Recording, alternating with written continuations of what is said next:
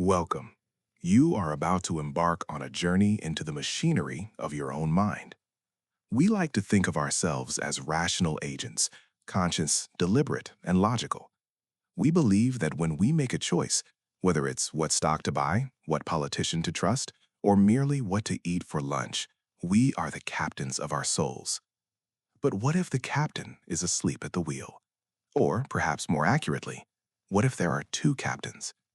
This is the audio adaptation of Thinking Fast and Slow by the Nobel Prize winner, Daniel Kahneman. Over the course of this series, we are going to explore the decades of research that changed the way humanity understands decision-making. We will dissect the systematic errors that cloud your judgment. We will look at why you are overconfident, why you fear loss more than you value gain, and why your memory of an event is often totally different from the experience of it. But before we dive into the mechanics of the mind, we must understand the origin of these ideas. This book is not just a collection of theories, it is the legacy of a friendship. The story begins in post-war Jerusalem at the Hebrew University. It was there that Daniel Kahneman met a man named Amos Tversky.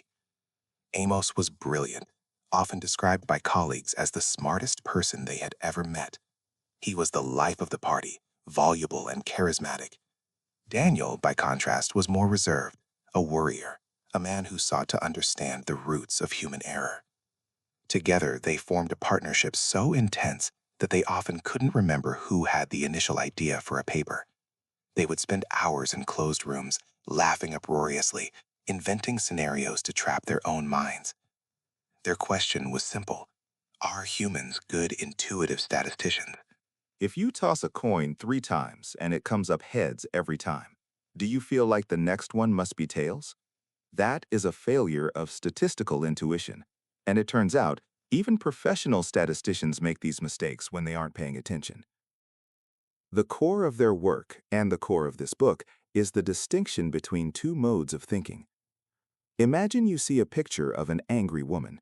You don't have to calculate that she is angry. You don't have to reason that her brow is furrowed and her voice is likely raised. You just know. It happens automatically. That is what Kahneman calls System 1. It is fast thinking. Now, imagine I ask you to multiply 17 by 24. You don't just know the answer. You have to stop. You have to focus. Your pupils dilate. Your heart rate increases slightly. You have to apply a rule. That is System 2. It is slow thinking. The drama of this book lies in the interaction between these two characters. System 1 is the impulsive hero, the one who relies on intuition and associative memory. System 2 is the cautious sidekick, the one who is supposed to double-check the work, but is often too lazy to do so. The central thesis we will explore is that while System 1 is marvelous, it allows us to recognize faces, drive cars, and read emotions, it is also prone to systematic errors. These are not random mistakes, they are predictable biases. And that brings us to the ultimate goal of this audio experience. Why listen to this?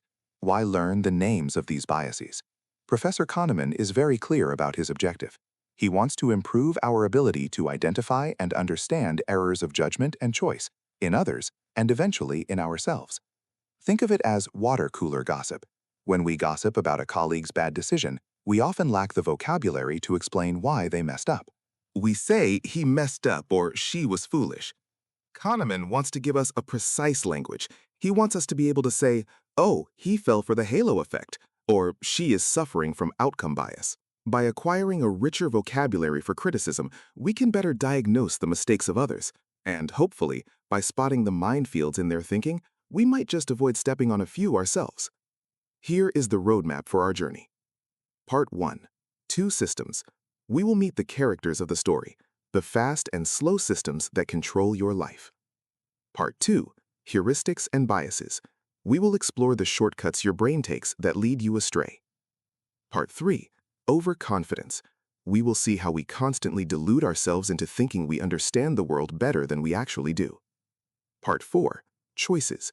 We will challenge the economic theory that humans are rational, looking at how we actually gamble and choose. Part 5. Two selves. We will end by distinguishing between the experiencing self, who lives through pain and pleasure, and the remembering self, who keeps the score. Are you ready to question your own mind? Let us begin. Part 1. Two Systems. Chapter 1. The Characters of the Story.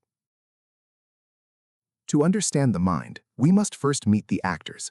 Psychologists have a long history of describing the brain not as a single entity, but as a divided house. Plato spoke of the charioteer trying to control two horses. Freud spoke of the id, the ego, and the superego. Daniel Kahneman introduces us to two characters who are less dramatic than Freud's, but perhaps more fundamental to how we survive a Tuesday morning. He calls them simply System 1 and System 2. These terms were originally proposed by psychologists Keith Stanovich and Richard West, but Kahneman makes them the protagonists of our story. Let's introduce System 1. System 1 is the brain's fast mode. It operates automatically and quickly, with little or no effort and no sense of voluntary control. Listen to the following list. As you hear these scenarios, notice how your mind reacts. Detecting that one object is more distant than another. Orienting to the source of a sudden sound. Completing the phrase, bread and. Making a disgust face when shown a gruesome picture. Answering 2 + 2 =. Reading words on a large billboard. Did you have to try to do any of those things? Did you have to decide to read the billboard? No, it happened to you. You didn't calculate that 2 + 2 is 4. The number 4 just appeared in your mind as soon as you heard the equation. This is System 1. It is the legacy of our evolutionary past. It is designed for survival, for speed, and for pattern recognition. It is always on. Now, let's meet System 2. System 2 allocates attention to the effortful mental activities that demand it, including complex computations. The operations of System 2 are often associated with the subjective experience of agency, choice, and concentration. Try this.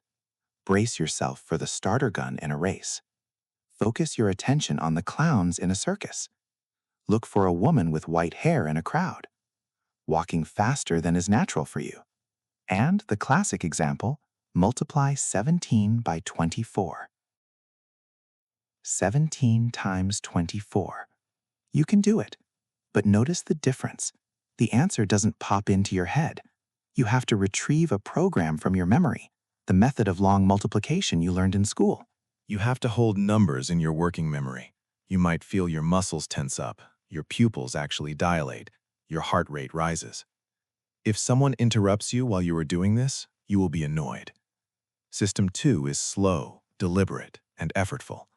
Here is the plot twist. We identify with System 2. When you say I, you are talking about System 2. You think of yourself as the conscious, reasoning self that has beliefs, makes choices, and decides what to think about. But Kahneman argues that System 2 is a supporting character who thinks he is the lead. The real hero of the movie is System 1. System 1 provides the impressions that turn into your beliefs. It is the source of your impulses that often turn into your choices. System 2 likes to believe it's in charge, but most of the time, it's just rubber stamping what System 1 suggests. Let's look at the interaction between these two. System 1 is running automatically all the time. It generates suggestions for System 2, impressions, intuitions, intentions, and feelings. If System 2 endorses them, those impressions become beliefs, and impulses become voluntary actions. When everything runs smoothly, which is most of the time, System 2 adopts the suggestions of System 1 with little or no modification. You believe what you see. You act on your desires. But when System 1 runs into difficulty, it calls on System 2 for support. Imagine you are driving on a quiet road. That's System 1. You are talking to a passenger, listening to music. Automatic. Suddenly, a heavy rainstorm hits. The car starts to skid. You stop talking. You turn off the radio. Your body tenses. You focus entirely on the road. System 1 has failed to handle the situation, so System 2 has been mobilized to take control. However, System 2 has a major weakness. It has limited capacity. Kahneman illustrates this with a famous experiment from Christopher Chabris and Daniel Simons, known as the invisible gorilla. In this experiment, viewers are shown a short film of two teams passing basketballs, one team wearing white shirts, the other wearing black. The viewers are given a difficult task. Count the number of passes made by the white team. Ignore the black team. This task requires intense System 2 focus. You have to filter information, track moving objects, and keep a running count. Midway through the video, a woman wearing a gorilla suit walks onto the court, thumps her chest, and walks off. She is visible for 9 seconds. Thousands of people have seen this video, and typically half of them do not see the gorilla. Why? Because System 2 was busy. The experiment reveals two profound facts about our minds. We can be blind to the obvious. We are also blind to our own blindness. Those who missed the gorilla are often incredulous. They insist it wasn't there. They cannot imagine they missed something so striking. But when System 2 is occupied, System 1 is not enough to catch the anomaly. We conclude this introduction to the characters with a look at visual illusions, because they are the perfect metaphor for cognitive illusions. Picture the famous Muller-Lyer illusion. You see two horizontal lines. One has fins pointing outward, like an arrow, and the other has fins pointing inward. System 1 sees the line with the inward fins as longer. It screams, "That one is longer." But you take out a ruler. You measure them. They are identical in length. Now your System 2 knows they are equal. But here is the crucial part. You still see them as different. Even though you know the truth, System 1 continues to report the illusion. You cannot decide to see the lines as equal. You can only decide to trust the measurement rather than your eyes. This is the central struggle of the book. Just as you cannot stop seeing the optical illusion, you often cannot stop your System 1 from generating intuitive errors, biases, stereotypes, and false predictions. You cannot turn System 1 off. It is always running. The best you can do is learn to recognize situations in which mistakes are likely, and try harder to avoid significant errors when the stakes are high. System 1 is the impulsive author of your reality. System 2 is the lazy editor. And most of the time, the editor is just skimming the text. Chapter 2: Attention and Effort. If I were to ask you to walk at a leisurely pace while talking to a friend, you would find it easy. You can navigate the sidewalk, avoid bumping into strangers, and maintain a complex conversation about office politics simultaneously. But what happens if I ask you to compute 23 times 78 in your head while walking? You would likely stop walking. This is not a coincidence. It is a fundamental feature of the machinery of your mind. In this chapter, we explore attention and effort. We dive into the economics of the mind. Just as a household has a limited budget for spending, your brain has a limited budget for attention, and System 2 is a very expensive tenant. We tend to think of thinking as something disembodied, something that happens in the cloud of our consciousness. But Kahneman argues that mental effort is physiological. It is physical work. When System 2 is hard at work, your body changes. Your muscles tense, your blood pressure rises, and most reliably, your pupils dilate. In the 1960s, Daniel Kahneman and his student Jackson Beatty set up a laboratory at the University of Michigan to test this. They transformed a dark room into a window into the soul, or at least into the mental workload. They used a camera to photograph the pupils of participants while they performed mental tasks. They discovered something remarkable. The pupil is a precise biological meter for mental effort. It is like the electricity meter on the side of your house. If you simply recite a 7-digit phone number, your pupils dilate slightly. If you are asked to multiply two double-digit numbers, they dilate dramatically, opening up like a camera lens trying to capture more light in the dark. As soon as you find the solution, or as soon as you give up, the pupil instantly constricts back to normal size. Kahneman calls this the window to the soul. To understand this yourself, I want to introduce you to the task that Kahneman used to push people to their limits. It is called the Add 3 task. Listen carefully. I am going to give you a string of 4 digits. For example, 5, 2, 9, 4. Your job is to wait for the beat of a metronome. With every beat, you must add 3 to each digit and say it out loud. So if the number is 5, you say 8. If the number is 2, you say 5. If the number is 9, you say 12. But usually we just take the last digit, so 2. Let's try a simpler version. Add 1. The number is 3716. Ready? 4, 8, 2, 7. That was likely manageable, but the add 3 task is excruciating. 3716 becomes 6049. Doing this requires you to hold the digits in your working memory, perform a calculation on each one, store the result, and prepare to speak, all while the metronome relentlessly pushes you forward.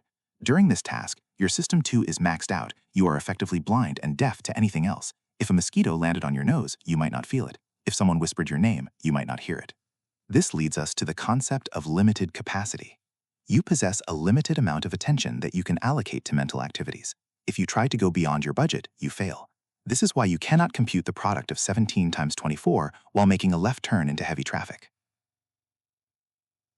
Driving usually requires little attention. It's a System 1 activity, but making a left turn into a gap in traffic requires calculation, timing, and prediction. It demands System 2. Because your budget is fixed, you instinctively stop doing other things to free up energy. You stop talking to your passenger, you turn down the radio, you stop chewing your gum. This is the cocktail effect in reverse.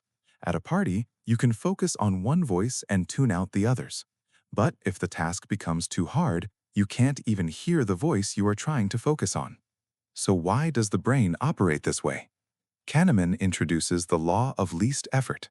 In the economy of action, effort is a cost, and the acquisition of skill is driven by the desire to minimize this cost. If there are several ways to achieve the same goal, people will eventually gravitate to the least demanding course of action. Laziness is built deep into our nature. System 2 is lazy. It is reluctant to invest more effort than is strictly necessary. If you are asked a question that is slightly difficult, your System 1 will often offer a plausible answer that comes to mind quickly. System 2's job is to check that answer. But checking takes work. It takes glucose. It takes pupil dilation. So often, System 2 just says, yeah, looks good, and accepts the System 1 answer, even if it's wrong. We see this in a famous puzzle known as the bat and ball problem. Listen closely. A bat and a ball cost $1.10 in total. The bat costs $1 more than the ball. How much does the ball cost? A number just came to your mind. The number, of course, is 10 cents. The distinctive mark of this easy puzzle is that it evokes an answer that is intuitive, appealing, and wrong. Do the math. If the ball costs 10 cents and the bat costs $1 more than the ball, then the bat costs $1.10. Together, they would cost $1.20. The correct answer is 5 cents. If the ball is 0.05, the bat is 1.05. Total is 110. Why do so many people, even students at Harvard, MIT, and Princeton, fail this test? Because their System 2 is lazy.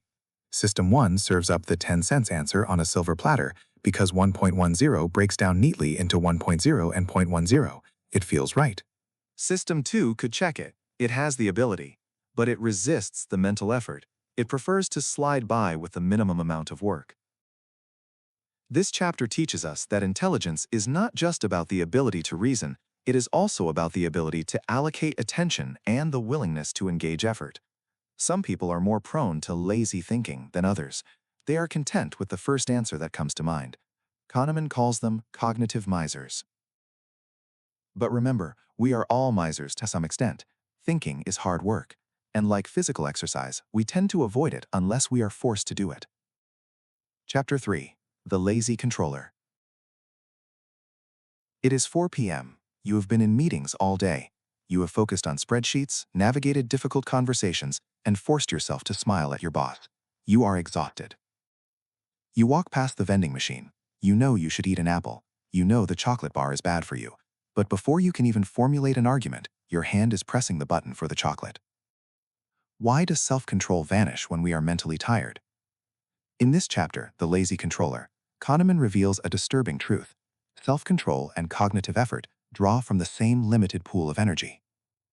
System 2 has two main jobs. Job number 1 is thinking, solving math problems, writing reports, planning your schedule.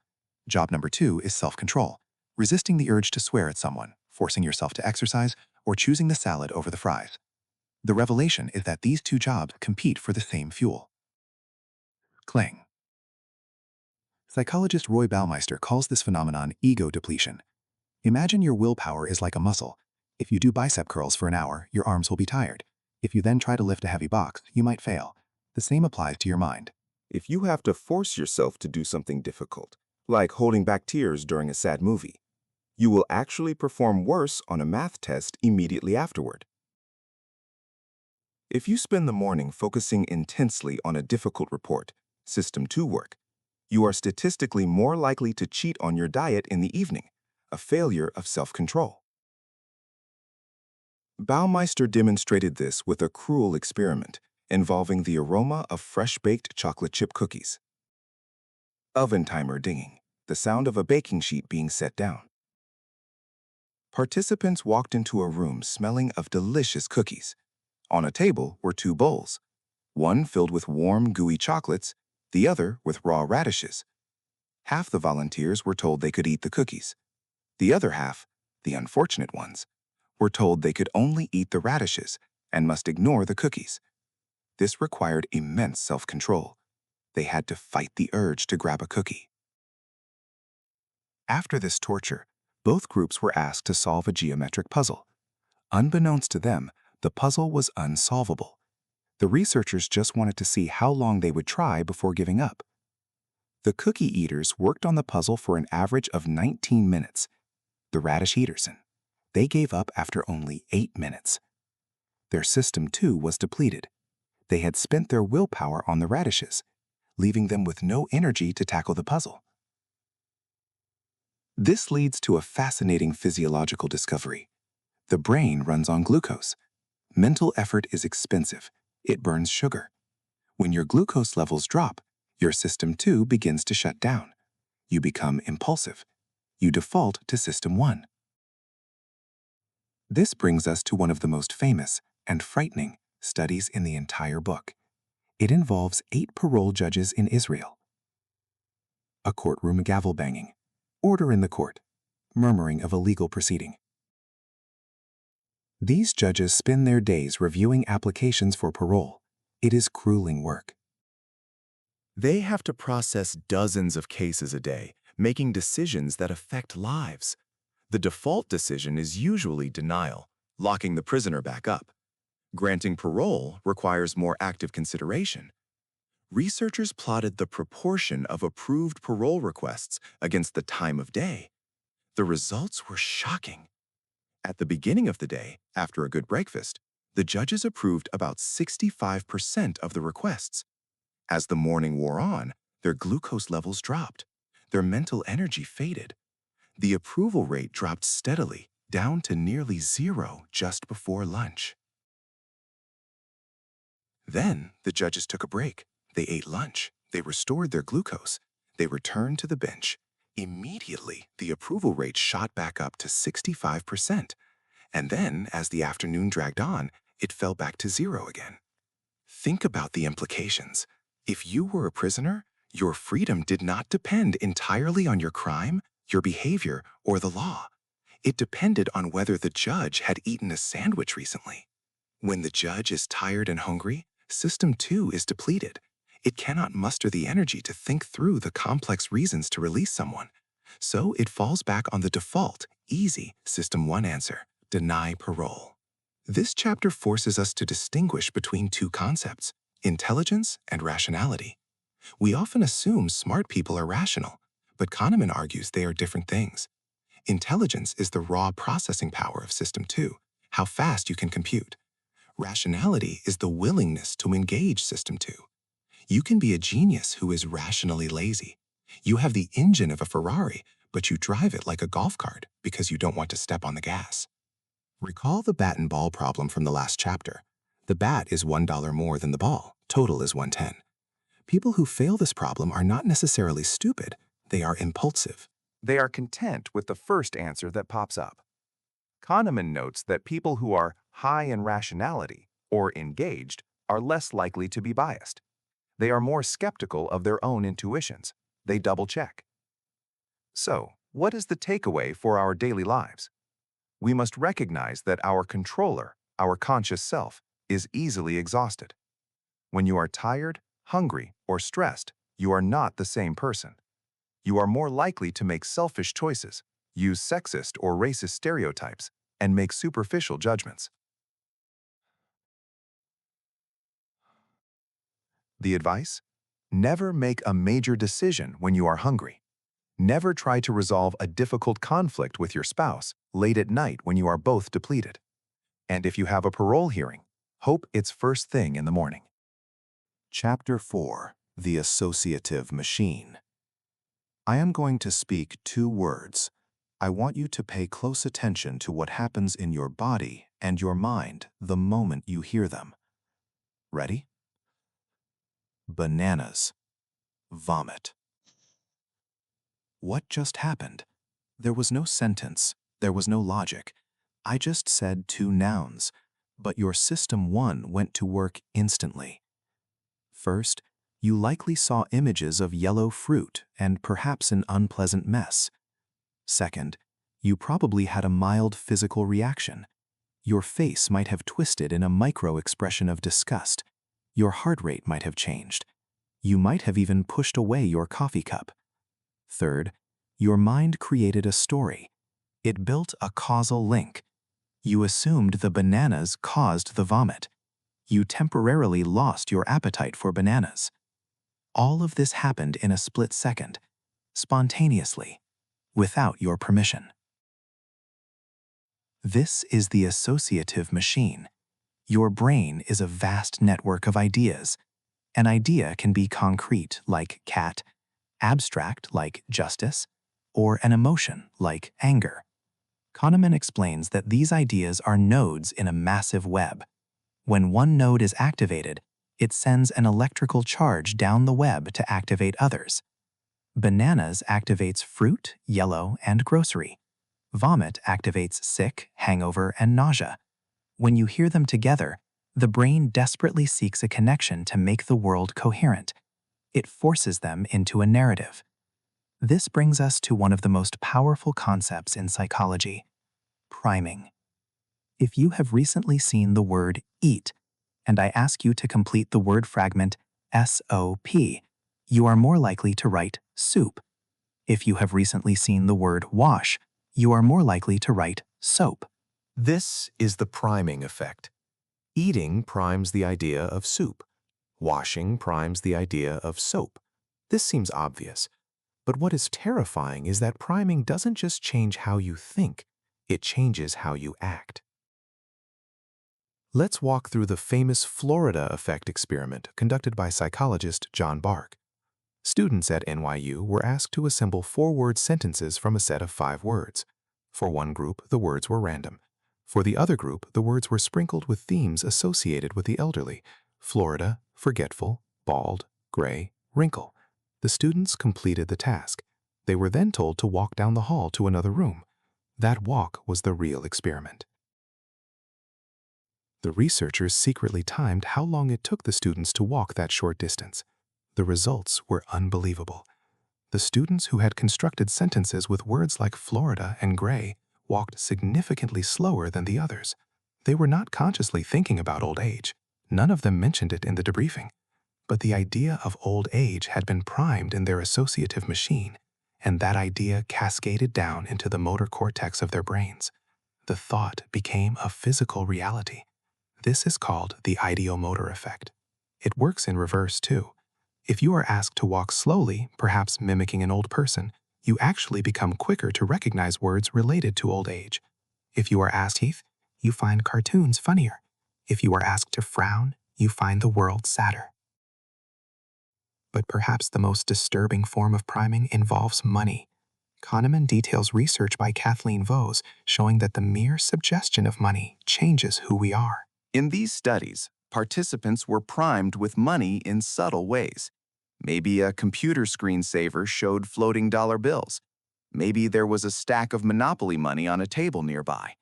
What happens to a money-primed human? They become independent and selfish. When primed with money, they persevere longer on difficult tasks before asking for help. They are less likely to help a stranger who drops a box of pencils. They prefer to sit alone rather than with a group. They sit farther away from others physically. The concept of money triggers the concept of individualism. It signals, I can take care of myself, and you should take care of yourself. Kahneman notes that in cultures where money is more salient, these behaviors are more common. We like to think we are the masters of our own ship. We think, I chose to be helpful today because I am a good person. But Kahneman asks, did you choose, or did you just walk past a picture of eyes looking at you, which primes honesty? Did you choose to be distant, or did you just see a screensaver of cash? The associative machine creates a coherent world for us. It suppresses ambiguity. When you heard bananas and vomit, you didn't ask why. You created a story. System 1 is an engine for jumping to conclusions. It bets on reality. And usually, the bet is good enough to survive. But as we will see in the next chapter, this desire for a good story often blinds us to the truth. System 1 loves a smooth ride. It hates bumps in the road. We call this desire for smoothness cognitive ease, and it dictates everything from the stocks you buy to the fonts you trust. Chapter 5, Cognitive Ease. How do you know that a statement is true? If I say, the Earth revolves around the sun, you nod. You might think you are accessing your scientific knowledge, but for most of the things you believe, you don't actually consult your internal encyclopedia. If a sentence feels smooth, familiar, and easy to process, your System 1 gives it a stamp of approval. It feels true. If a sentence feels clunky, confusing, or hard to read, your System 2 wakes up. It feels suspicious. This chapter is about the dial in your brain that ranges from cognitive ease to cognitive strain. Think of cognitive ease as the all-clear signal. When you are in a state of ease, you are likely in a good mood. You like what you see, you believe what you hear, and you trust your intuitions. You are also casual and superficial in your thinking. When you are in a state of cognitive strain, you are vigilant, you are suspicious, you feel less comfortable, but you make fewer errors. You are actually smarter when you are straining, but you are less creative. Let's look at the illusion of truth. System 1 cannot easily distinguish between familiarity and truth. If something looks familiar, we assume it is true. Kahneman gives a famous example. Imagine you are given a list of names to remember. Some are famous, some are made up. A few days later, you are shown a list of names and asked, which of these are famous people? You will likely point to the made-up names you saw a few days ago. Why? Because they look familiar. Your brain says, I know this name, Sebastian Weisdorf. I've seen it before. He must be famous. Familiarity breeds truth. This is why advertisers repeat slogans. This is why politicians repeat talking points. If you repeat a lie often enough, people will come to believe it, not because of evidence, but because the processing of the statement becomes easy.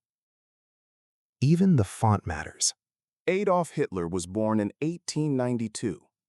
Adolf Hitler was born in 1887. Both statements are false. Hitler was born in 1889. But experiments show that people are far more likely to believe the first statement. Why? Because it was bold. It stood out against the background. It was easy to read. High contrast, clear fonts, and simple language induce cognitive ease. If you want to persuade someone, never use complex language where simple language will do. And for heaven's sake, print your message in high contrast ink. Now, let's flip the coin. What happens when we introduce cognitive strain? When things are hard to read or understand, System 2 is forced to wake up. Researchers Shane Frederick and colleagues tested this with the famous bat and ball problem we discussed earlier. A bat and ball cost $1.10. The bat is $1 more. How much is the ball? Usually, 50% of students at top universities get this wrong. They say 10 cents instead of 5 cents. But in one experiment, they printed the test in a washed-out, small, gray font. It was annoying to read. The students had to squint. The result? The error rate dramatically dropped. 35% of students got it wrong, compared to 90% in the normal font group in this specific trial. Why? Because the difficult font caused cognitive strain. The strain mobilized System 2. The students were already working hard just to read the question, so they kept working hard to solve it. They didn't settle for the lazy, intuitive answer. This leads to a surprising paradox. If you want people to be creative and affectionate, give them an easy, legible font and put them in a good mood. If you want people to be accurate and catch mistakes, give them a terrible font and make them frown. Let's talk about mood. Kahneman cites the Remote Associates Test, RAT. You are given 3 words: cottage, Swiss, cake. You have to find a 4th word that links them. The answer is cheese. Researchers found that if you put people in a good mood by having them think of happy memories or smile, their accuracy doubles. Happiness signals to the brain that the environment is safe. System 1 takes over. You become more intuitive and creative. If you are sad or anxious, you lose that connection to intuition. You become more analytical, but less able to make those creative leaps. We end this chapter with the mere exposure effect. This was discovered by Robert Zionk. He flashed nonsense words like Zebulons or Dillaclil on a screen in front of college students. Some words appeared once, some appeared 25 times. It happened so fast the students didn't even consciously realize they were seeing words. Later, they were asked to rate whether the words meant something good or bad. The words that had appeared frequently were rated as good. The rare words were bad. This is biological. To an animal, a new stimulus is a threat. It triggers fear. But if the stimulus appears again and again and nothing bad happens, the fear fades. The object becomes safe. Zionk argued that familiarity is not easily distinguished from good. This is why you tend to buy the brand of toothpaste you recognize, even if you don't know why. It's why you prefer the song you've heard on the radio 10 times over the new track. Cognitive ease is the luxury of a familiar world. It feels good. It feels true. But remember, a reliable way to make people believe in falsehoods is frequent repetition, because familiarity is not easily distinguished from truth. System 1 runs on the feeling of ease, and System 1 can be tricked. Chapter 6: Norms, Surprises, and Causes. Imagine you are sitting in a cafe. You see a man walk in, order a coffee, and sit down. This is normal. Your System 1 barely registers it. The man fits the norm of a cafe customer. Now, imagine the same man walks in, but he is walking backward holding a live lobster on a leash. Your attention snaps to him. Your System 2 wakes up instantly. Why? Because the norm has been violated. In this chapter, Norms, Surprises, and Causes, Kahneman explains how System 1 maintains a vast, complex model of your personal world.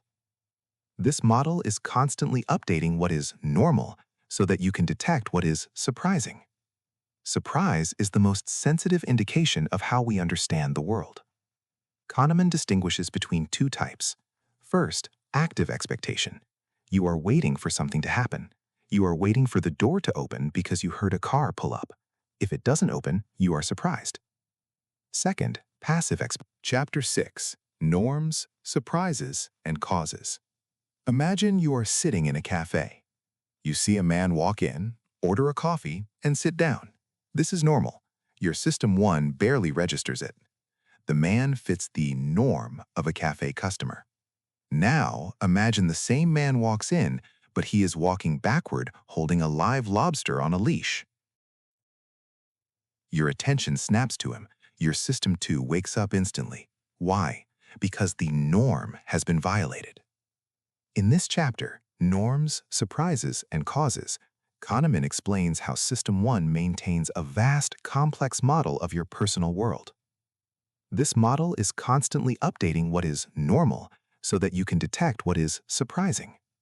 Surprise is the most sensitive indication of how we understand the world. Kahneman distinguishes between 2 types. First, active expectation. You are waiting for something to happen. You are waiting for the door to open because you heard a car pull up. If it doesn't open, you are surprised. Second, passive expectation. You aren't waiting for anything specific, but certain things are normal. If you see your neighbor on the street, you aren't surprised. But if you see your neighbor on a vacation in Paris, you are shocked.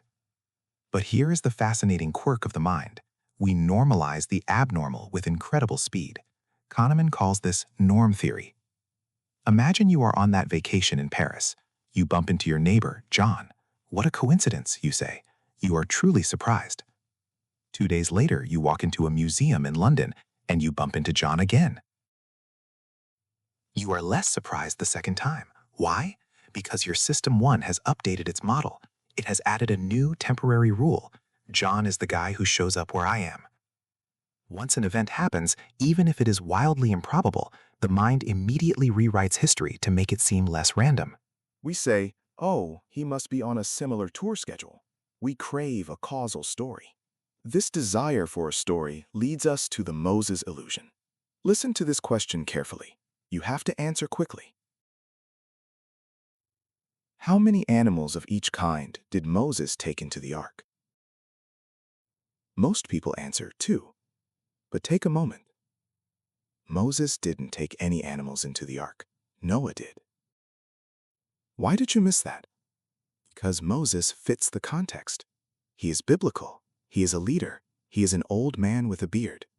The idea of Moses is associated with the idea of the ark in the vast web of your System 1. It creates cognitive ease. If I had asked, how many animals did George Bush take into the ark? Your System 2 would have screamed, what? That makes no sense.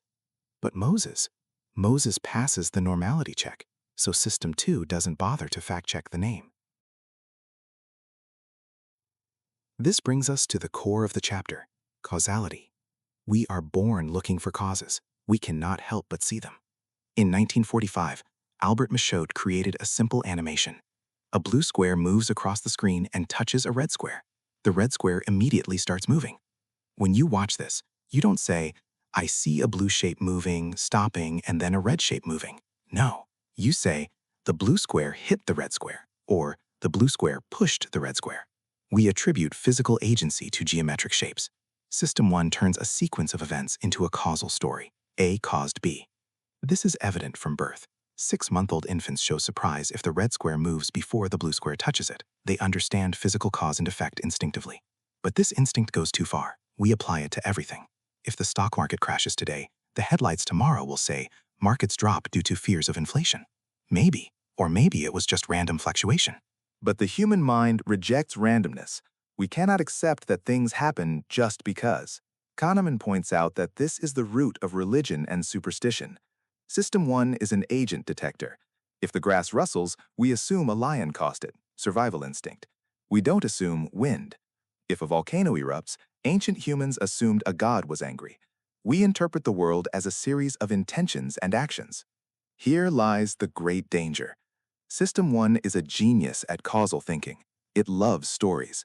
The CEO was brilliant, so the company succeeded. But System 1 is terrible, absolutely terrible at statistical thinking. Statistics is about what could happen, about probability, about randomness.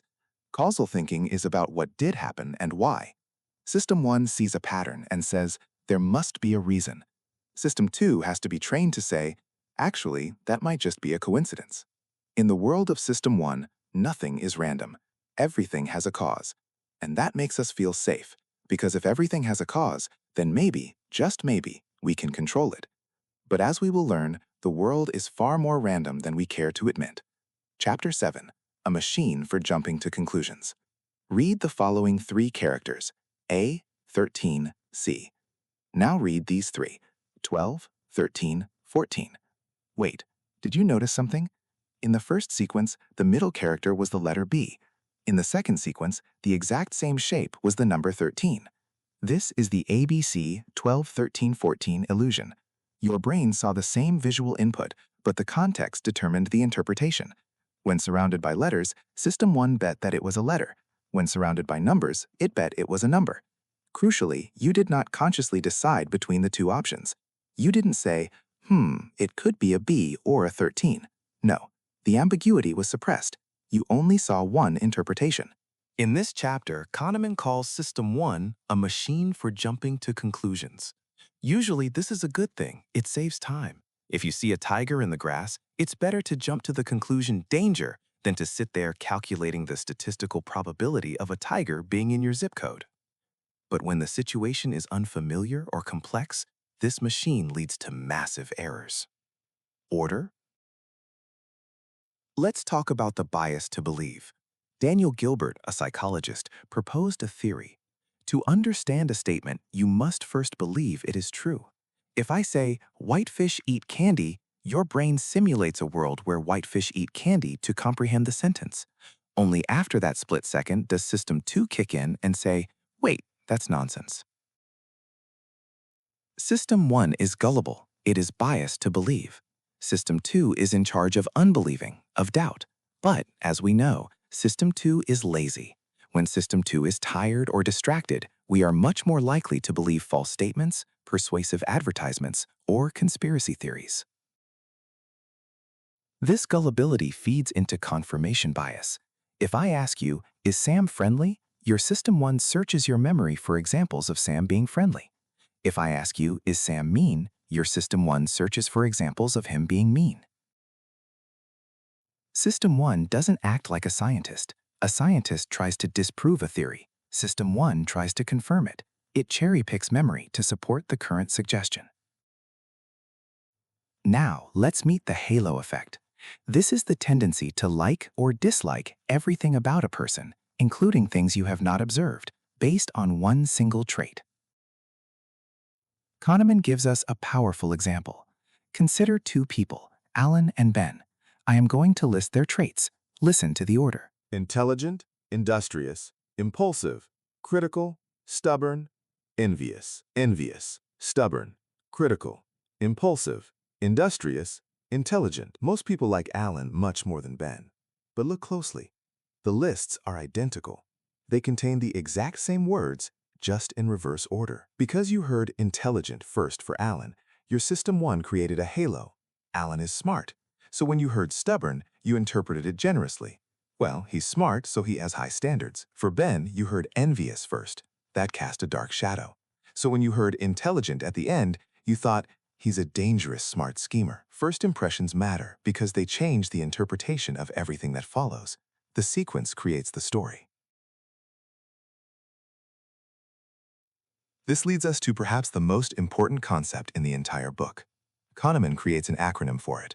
WYSIATI. What you see is all there is. System 1 is radically insensitive to the quality and quantity of information it doesn't have. It constructs the best possible story out of the information currently available. It does not ask, what evidence am I missing? Imagine I say, will Mindy be a good leader? She is intelligent and strong. Your System 1 immediately shouts, yes. But wait, what if the next two words were, and corrupt and cruel? You didn't wait for them. You made a judgment based on the tiny sliver of information you had. WYSIATI explains a host of biases. Overconfidence. We are confident because our story is coherent, not because it is complete. We don't know what we don't know. Framing effects. If I say meat is 90% fat-free, you buy it. If I say it is 10% fat, you don't. The information is the same, but you only see the side I show you. System 1 is a machine that suppresses doubt. It seeks coherence, not truth. And because what we see is often a limited, biased snapshot of reality, our coherent stories are often wild jumps to incorrect conclusions. Chapter 8. How Judgments Happen. System 1 is never off. It is constantly monitoring what is going on outside and inside the mind, continuously generating assessments of various aspects of the situation without specific intention and with little or no effort. Kahneman calls these basic assessments. Think of your System 1 as a security guard who has been at his post for 1,000,000 years. He doesn't just look for ID cards. He is constantly asking, is this safe? Is that person a friend or a foe? Is everything normal? This ability to assess things instantly was vital for our ancestors. You had to look at a stranger and decide in a split second, can I beat him in a fight? Today, we don't fight over carcasses on the savannah. We fight in elections. But the machinery hasn't changed. Alexander Todorov at Princeton explored this with a fascinating experiment involving political faces. He showed people pictures of two candidates running for office. The viewers had no idea who the people were. They saw the faces for only 1/10 of a second. Todorov asked them to rate the faces on attributes like competence and likability. Here is the shocking part. The ratings of competence based on that split-second glance predicted the winner of the election with an accuracy of about 70%. This held true for congressional races in the US and elections in Finland, England, and Germany. Voters think they are analyzing policy and experience, but System 1 is looking at a jawline and the shape of a mouth and deciding he looks strong, he looks competent, and often that gut feeling casts the vote.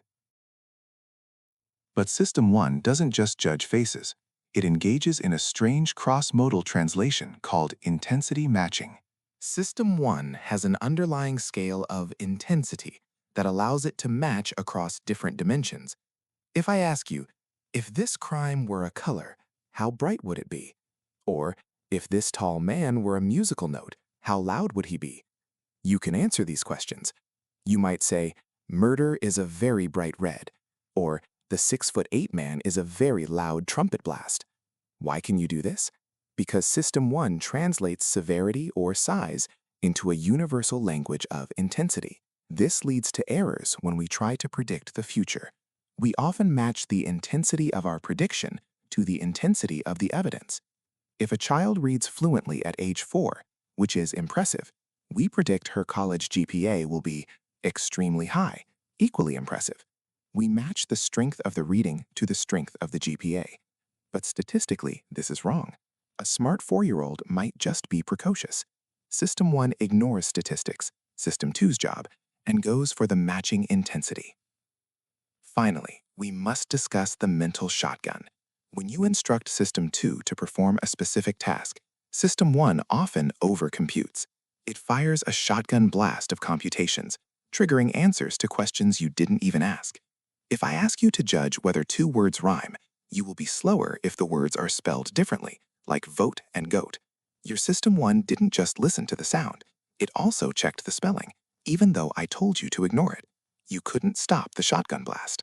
System 1 computes more than it needs to, and this excess information often interferes with the precise work System 2 is trying to do.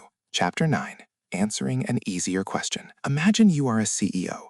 Someone asks you, should we invest in Ford stock? This is a hard question. To answer it correctly, you need to analyze the automotive market, Ford's debt, labor unions, and electric vehicle trends.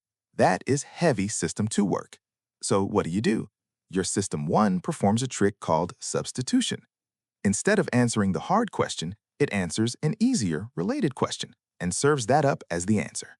The target question was, is Ford a good financial investment? The heuristic question, the easy one, is, do I like Ford cars? If you like the Ford Mustang, your System 1 says, yes. You then say, yes, we should invest. You think you answered the financial question, but you actually answered the emotional question. This is the definition of a heuristic. It is a simple procedure that helps find adequate, though often imperfect, answers to difficult questions. Let's look at the 3D heuristic. Look at a picture of a corridor with 3 figures in it. They are all the same size on the page, but because of the perspective lines, the one at the back looks huge and the one at the front looks tiny. The target question is, are these figures the same size on the paper? The heuristic question your brain substitutes is, how tall are these people in the 3D world? You can't help it. You see the 3D size, not the 2D size. The easier question overrides the hard one. But the most profound example involves happiness. We return to a study of German students. They were asked 2 questions. How happy are you these days? How many dates did you have last month? When asked in this order, there was almost 0 correlation. Dating is just one part of life. Students could be happy without dating or unhappy with dating. But when the researchers reversed the order, how many dates did you have last month? How happy are you these days? Suddenly, the correlation spiked. The students who had many dates said they were very happy. The students with no dates said they were miserable. Why? Because how happy are you with your life is a complex, difficult assessment. How many dates did I have is a fresh, intense memory. System 1 substituted the answer. It replaced life happiness with dating success. The students were not thinking about their grades, their health, or their parents. They were thinking about their love life because they had just been primed to do so. This is the mood heuristic for happiness. We don't judge our lives by a careful calculation. We judge it by our current mood. If you find $1 on the floor before being asked, "How happy are you?" you will report significantly higher life satisfaction than if you didn't.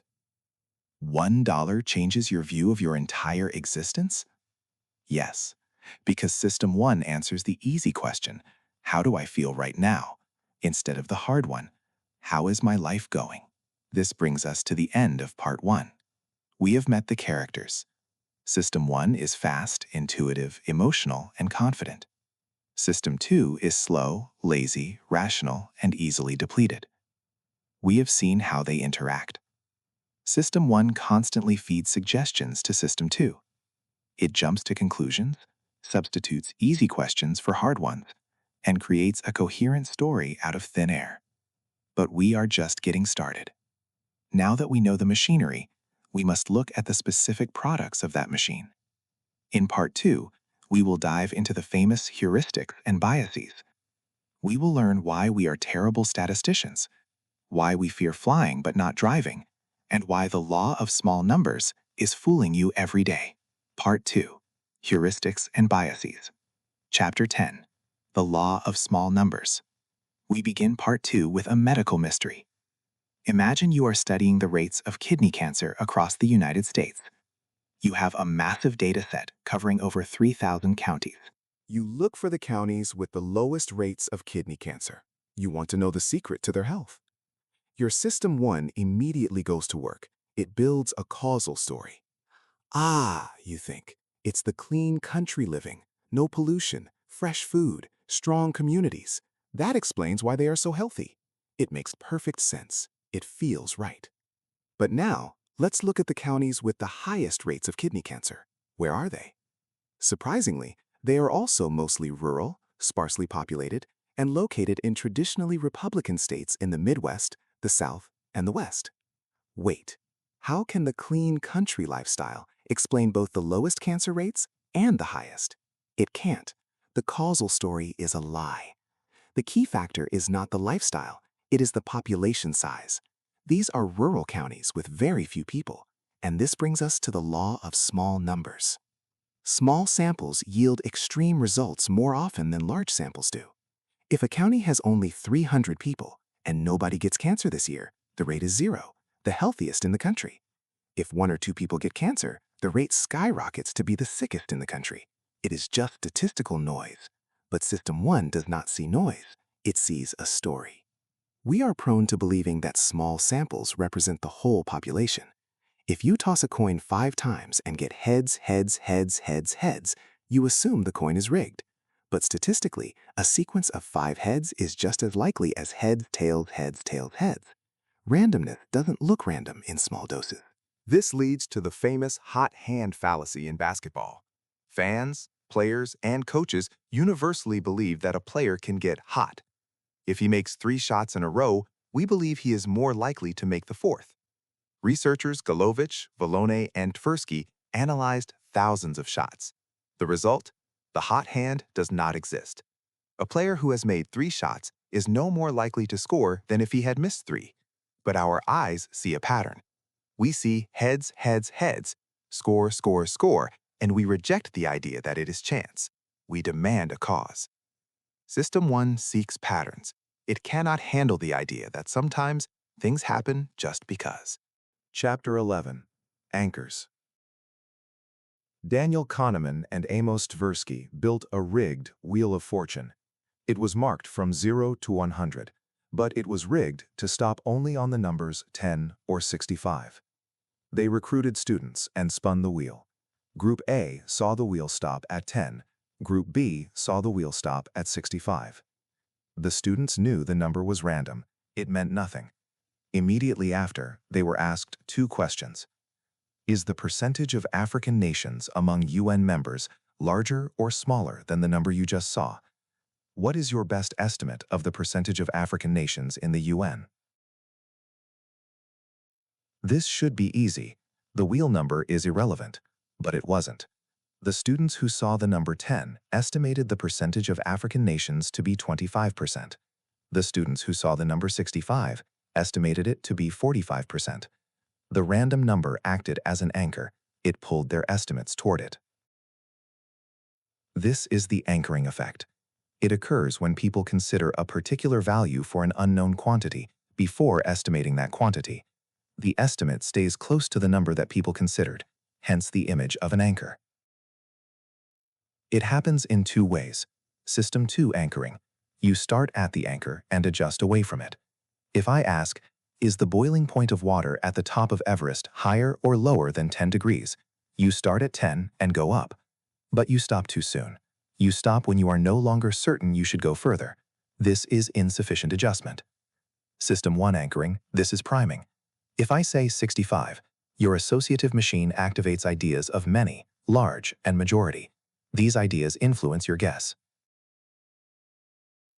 Anchoring is everywhere in commerce. Consider a sale on Campbell's soup. On days when the sign said limit of 12 per person, customers bought an average of 7 cans. On days when the sign said no limit, they bought an average of 3.5 cans. The number 12 became an anchor. It suggested that buying many cans was normal. It pulled the purchase quantity up. Real estate is the same. Agents were shown a house. Half were shown a listing price of $119,000. Half were shown $149,000. The agents insisted the listing price didn't affect their professional valuation. They were wrong. The agents who saw the higher price appraised the house significantly higher. We are all tethered to the numbers we see first. The initial price, the first offer in a negotiation, these set the stage. System 2 thinks it is evaluating objectively, but it is swimming in water dyed by System 1. They are not as available to your mind, so you feel safer driving. This heuristic ruins marriages. Ross and Sicily asked spouses, "What was your personal contribution to household chores?" They asked them to give a percentage. When they added the two percentages together, the total was almost always over 100%. Why? Is it ego? Not necessarily. It is availability. I remember my efforts vividly. I remember taking out the trash, sweating, and feeling annoyed. I do not remember your efforts. I didn't feel them. Because my own work is more available to my mind, I overestimate my contribution. The lesson? Whenever you feel you are doing more than your fair share of the work on a team project or in a relationship, remember, you are statistically likely to be overestimating your contribution. The other person feels exactly the same way. Chapter 13. Availability, Emotion, and Risk. If availability drives our estimates of frequency, what drives availability? Usually, it is emotion. This chapter explores the relationship between the availability heuristic and the affect heuristic. The affect heuristic is simple. People make judgments and decisions by consulting their emotions. Do I like this? Do I hate this? How do I feel about it? Paul Slovic, a psychologist, argues that we let our emotions dictate our view of reality. If you like a technology, say nuclear power, you tend to believe it offers high benefits and low risks.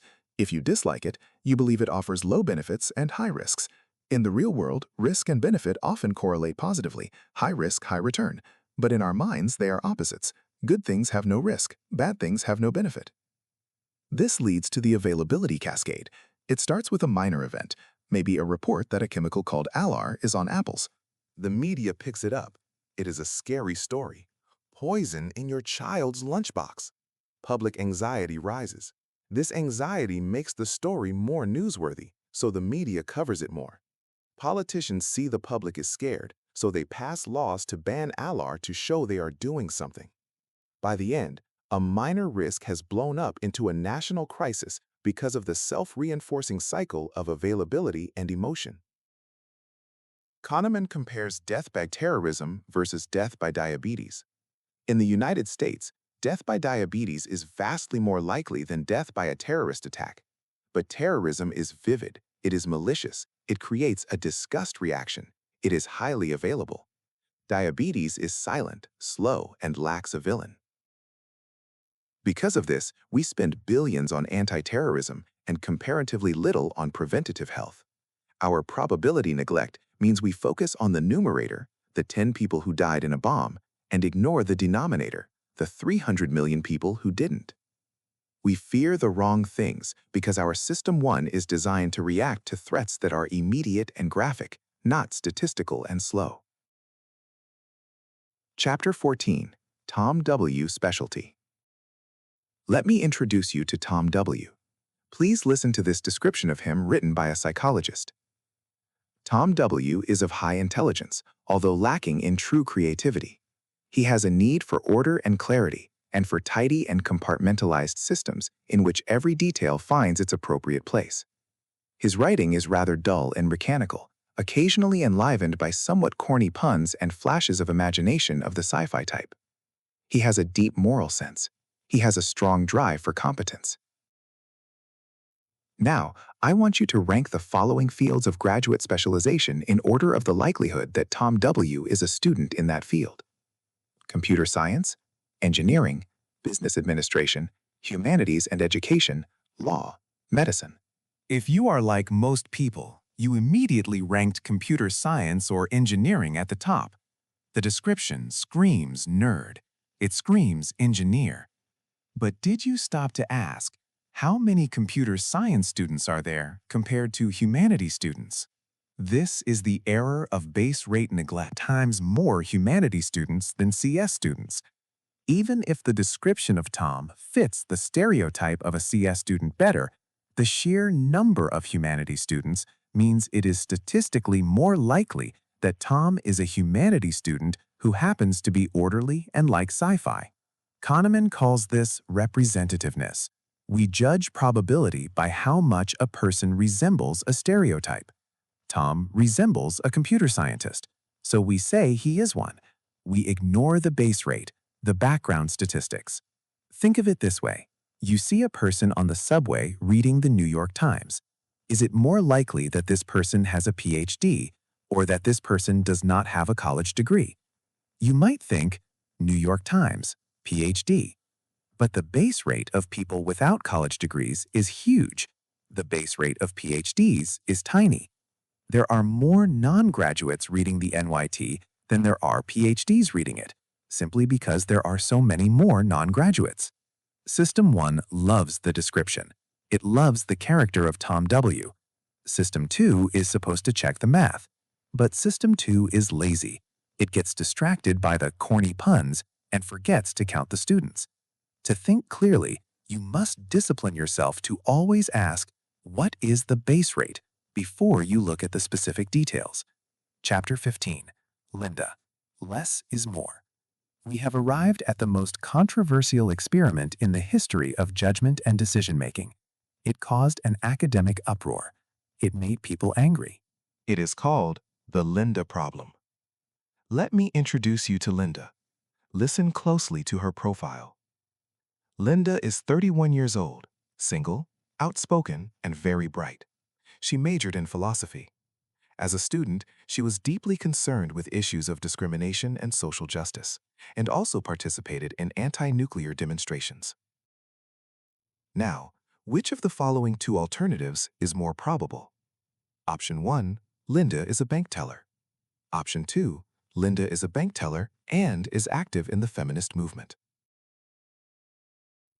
If you are like 85% of undergraduates at major universities, and even many professional statisticians, you chose option 2.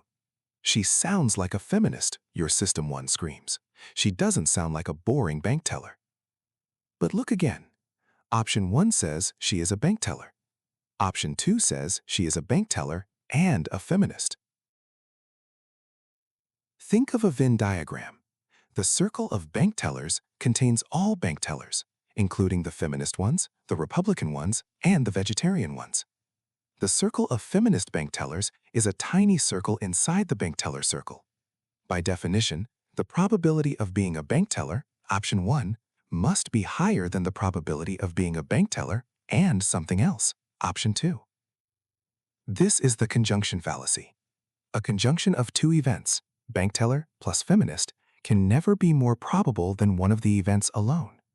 But adding the detail feminist makes the story more coherent. It creates a better narrative match for Linda's description. System 1 values plausibility. Does the story make sense? Over probability. Is it statistically likely? Kahneman calls this less is more. The more details you add to a description, the more likely it seems to System 1, but the less likely it actually is in reality. Christopher Haase demonstrated this with a study on dinnerware sets. Set A, 24 pieces, 8 plates, 8 bowls, 8 cups, all in perfect condition. Set B, 40 pieces, the same 24 pieces from set A, plus 8 cups and 8 saucers, but 2 of the cups and 7 of the saucers are broken. Logically, set B is worth more. It has everything set A has, plus some extra unbroken pieces. You could throw the broken ones away and still have more. But when people evaluated the set separately, they were willing to pay less for set B. Why? Because the broken pieces lowered the average quality of the story. System 1 sees broken dishes and feels a negative emotion. It doesn't do the math of total value. Less, set A, was valued as more. The Linda problem reveals that our intuition for probability is easily seduced by a good story. When logic competes with a rich, detailed stereotype, logic usually loses. Chapter 16. Causes trump statistics.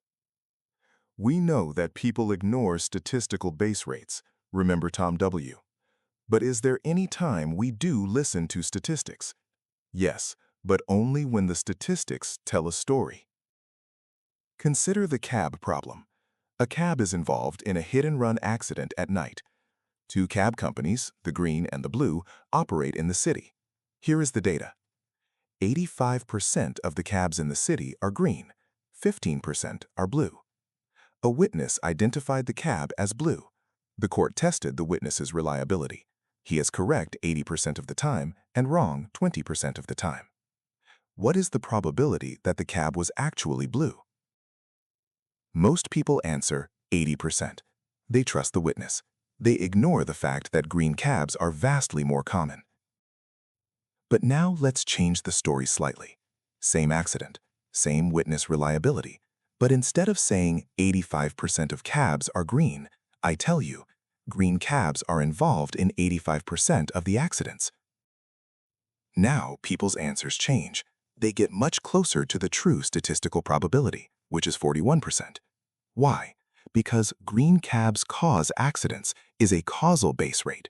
It explains why the accident happened. It stereotypes the green drivers as reckless. System 1 can use this. It loves a reason. Green cabs are reckless is a story. Green cabs are 85% of the fleet is just a number. Kahneman's conclusion is profound. Stereotypes are causal base rates. We use stereotypes because they provide a causal explanation for why a group behaves a certain way. We easily accept statistics that support a stereotype, e.g., this demographic commits more crime. But we ignore statistics that are just random facts. This leads to a depressing finding about human nature. Psychologists Richard Nisbett and Eugene Borgita conducted a helping experiment. Participants were placed in separate booths and spoke over an intercom. One person faked a seizure, choking and gasping for help. "Help me, I can't breathe." Only 27% of participants came out of their booths to help. The others were paralyzed by the diffusion of responsibility. They assumed someone else would do it. Now here is the twist. The researchers showed a video of this experiment to a new group of students. They told them only 27% of people helped. Then they showed the students videos of 2 individuals who had been in the experiment. One seemed nice, one seemed normal. They asked the students to predict, would this specific person help? The students completely ignored the 27% statistic. They said, yes, he looks like a nice guy, he would help. Even knowing the base rate was terrible, they couldn't believe this individual would be one of the unhelpful ones. We are incredibly resistant to applying general statistical facts to individual cases, especially when those facts reflect poorly on us. To teach psychology, you can't just give people data. You have to surprise them. You have to show them their own individual failure before they will believe the statistic. Chapter 17. Regression to the Mean. Daniel Kahneman was once giving a lecture to flight instructors in the Israeli Air Force. He was explaining that positive reinforcement, praise, works better than punishment for learning. One of the most seasoned instructors raised his hand and shouted, "Sir, that is nonsense. I have often praised a cadet for a perfect maneuver, and the next time he usually does worse. But I have often screamed at a cadet for a bad maneuver, and the next time he usually does better. So don't tell me that praise works and punishment doesn't." The instructor was describing a real phenomenon, but his interpretation was completely wrong. He was observing regression to the mean. Performance is a combination of talent and luck. If a cadet executes a perfect maneuver, He probably has good talent, but he also got lucky. The wind was right, his nerves were steady. Luck is fickle. The next time, he is likely to be less lucky, so his performance will regress toward his average. It will get worse. It had nothing to do with the praise. Conversely, if a cadet performs terribly, he was probably unlucky. The next time, luck will likely return to normal, and he will do better. It had nothing to do with the screaming. But the instructor's mind created a causal story. My screaming fixed him. In reality, the instructor was just attached to a random fluctuation. This concept explains the famous Sports Illustrated jinx. It is said that any athlete who appears on the cover of Sports Illustrated is doomed to perform poorly the following season. Supernatural? No. Regression. To get on the cover, an athlete must have had a spectacular outlier season. High talent plus high luck. Luck does not last. The next season, they will likely regress to their average. The cover didn't curse them. Statistics did. Kahneman notes a tragic irony here. Because of regression to the mean, we are statistically punished for being nice and rewarded for being mean. When we praise someone, after a great performance, they tend to do worse. We think, I shouldn't have praised them. When we punish someone, after a bad performance, they tend to do better.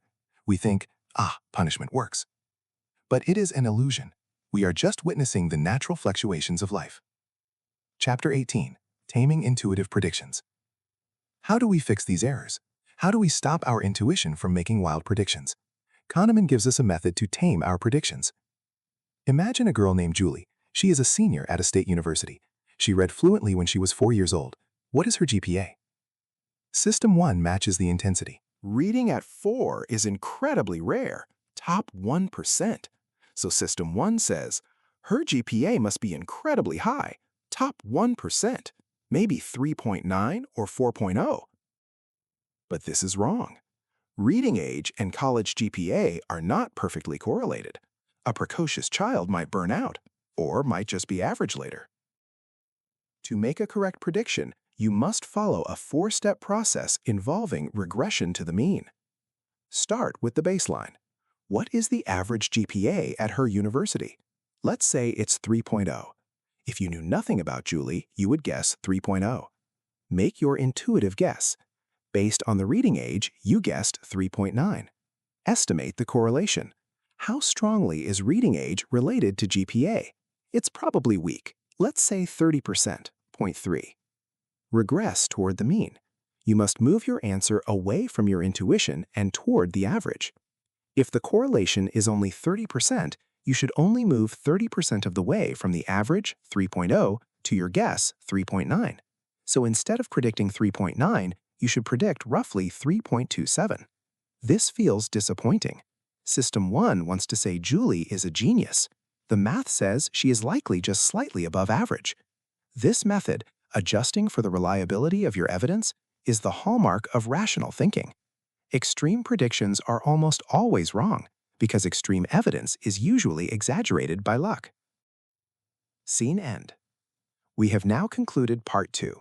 We have seen the gallery of horrors, the law of small numbers, anchors, availability, and the failure to understand regression. But surely experts are better. Surely the people who run our companies and countries know what they are doing. In Part 3, Overconfidence, we will shatter the illusion of expertise. We will learn why stock pickers are practically useless, why CFOs cannot predict the S&P 500, and why we all suffer from the illusion of validity. Part 3, Overconfidence. Chapter 19, The Illusion of Understanding. We crave stories. System 1 is a storyteller. It takes the messy, random, chaotic events of life and weaves them into a neat, linear narrative. We look at the past and say, yes, it had to happen that way. It was inevitable. This is the narrative fallacy. Nassim Taleb, in his book The Black Swan, introduced this term to describe how flawed stories of the past shape our views of the world and our expectations for the future. Consider the story of Google. 2 brilliant students at Stanford, Larry Page and Sergey Brin, develop a search algorithm. They try to sell it for $1 million. The buyer refuses, so they start a company. They struggle, they persevere, and eventually they conquer the world. Today, we look at that story and think, what geniuses! Their success was guaranteed. Was it? If the buyer had said yes to the $1 million offer, Google as we know it would not exist. If a competitor had made one slightly better decision, Google might have failed. Kahneman argues that luck played a massive role. But human minds cannot process luck. We process skill. We look at a successful CEO and assume they are brilliant. We look at a failed CEO and assume they are incompetent. We ignore the fact that they might have made the exact same decisions, but the wind blew differently for one of them. This leads to the hindsight bias. This is the "I knew it all along" effect. Imagine a bridge collapses. Before it happened, inspectors said there was a low risk. After it happens, we scream, "It was obvious! Look at the cracks! Why did they ignore the signs?" Once we know the outcome, we cannot unknow it. The outcome changes our memory of what we thought before. Zip, zip, zip. Baruch Fischoff demonstrated this. If you ask people to predict an event, like Nixon visiting China, and assign a probability, and then ask them after the event what they predicted, they lie. They don't lie on purpose. This bias is cruel to decision makers. If a general takes a calculated risk and wins, he is a hero. If he takes the exact same risk and loses, he is reckless. We judge the decision by the outcome, not by the process.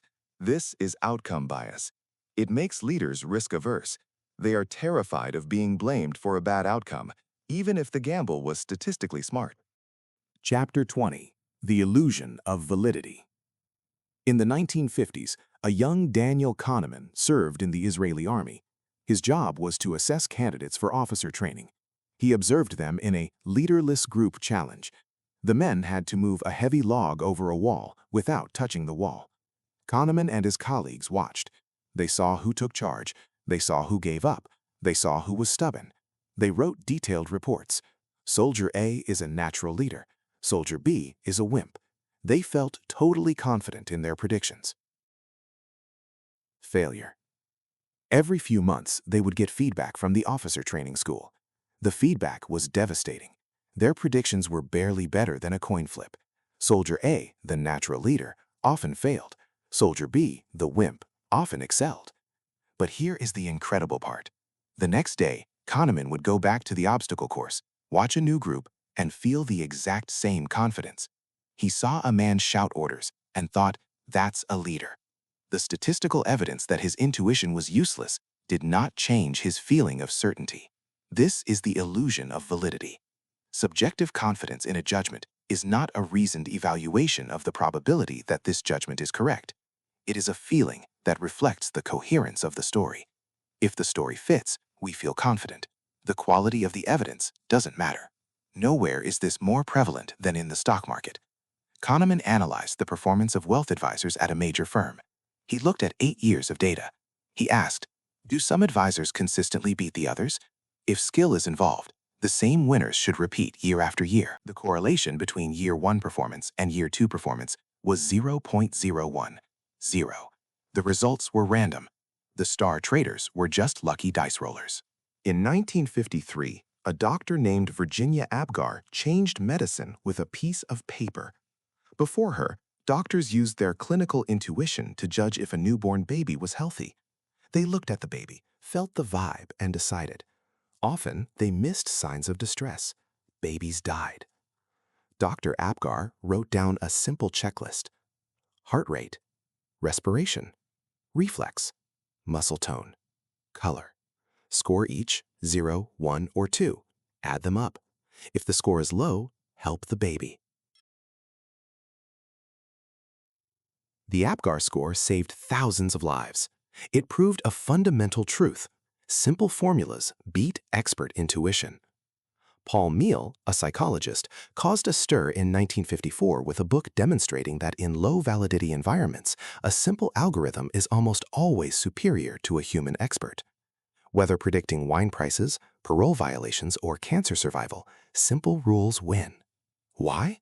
Because humans are inconsistent. If you show a radiologist the same X-ray on 2 different days, they might give you 2 different diagnoses.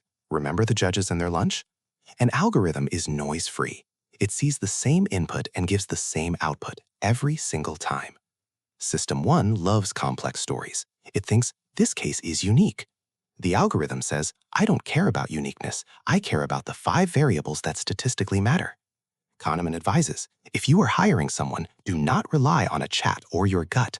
Make a checklist of 6 traits, score them 1 to 5. Hire the person with the highest score. Do not let your intuition override the math. Chapter 21, Intuitions versus Formulas. We just bashed intuition. We said algorithms are better. But wait, Gary Klein, a psychologist who studies experts, tells a story of a fire commander. The commander and his crew were in a burning house. Suddenly, without knowing why, the commander screamed, "Get out, now!" They ran. Seconds later, the floor collapsed. How did he know? He didn't know, but his System 1 recognized patterns. The fire was too quiet. The heat was coming from below. These cues didn't match the kitchen fire pattern. They matched the basement fire pattern. This is expert intuition, and it is real. So, when can we trust intuition? Kahneman and Klein collaborated to find the answer. They agreed on 2 conditions. The environment must be sufficiently regular to be predictable, like chess or firefighting, not like the stock market. The expert must have learned these regularities through prolonged practice and immediate feedback. A chess master sees a board and immediately sees the best move. This is valid intuition. The game is stable. The rules don't change. A stock picker sees a chart and feels a move. This is invalid intuition. The market is chaotic. If an expert claims to have intuition in a chaotic field, like political forecasting or stock picking, do not trust them. They are suffering from the illusion of validity. If an anesthesiologist or a chess player claims intuition, listen to them. They have trained their System 1 on reliable patterns. Chapter 23, The Outside View. In 1997, the Scottish Parliament decided to build a new building in Edinburgh. They estimated it would cost £40 million. By 2004, the building was finished. The final cost? £431 million. This is the planning fallacy. We make plans and forecasts that are unrealistically close to best-case scenarios, could be improved by consulting the statistics of similar cases. Kahneman shares a personal story. He was working on a team to design a curriculum for high schools. He asked the team, "How long will this take?" The team members, experts, said, "About 2 years." Kahneman then asked a curriculum expert on the team, "How long do other groups usually take?" The expert blushed. "Well, about 40% of groups never finish. The ones that do take about 7 to 10 years." There was a silence. They had 2 views. The inside view, we are smart, we work hard, we know what we are doing. 2 years. The outside view, groups like ours usually fail or take 7 years. What did they do? They ignored the outside view. They proceeded with the project. The result? It took 8 years. And by the time they finished, the Ministry of Education had changed, and the curriculum was never used. The lesson? Always use reference class forecasting. Don't ask, "How long will my kitchen renovation take?" Inside view. Ask, "How long does the average kitchen renovation take?" Outside view. Start there, then adjust. Chapter 24, The Engine of Capitalism. If humans were perfectly rational, nobody would open a restaurant. Statistics show that 60% of restaurants fail within 3 years, but people open them every day. Why? Because of optimism bias. Most of us view the world as more benign than it really is, our own attributes as more favorable than they are, and the goals we adopt as more achievable than they likely to be. Kahneman calls optimism the engine of capitalism. Optimistic entrepreneurs take risks. They underestimate the odds of failure. Most of them do fail, but the few who succeed drive the economy forward. They build the railroads, the electric cars, the smartphones. Society benefits from the optimism of these risk takers. The individuals themselves, often they lose their shirts, but they don't believe they will lose.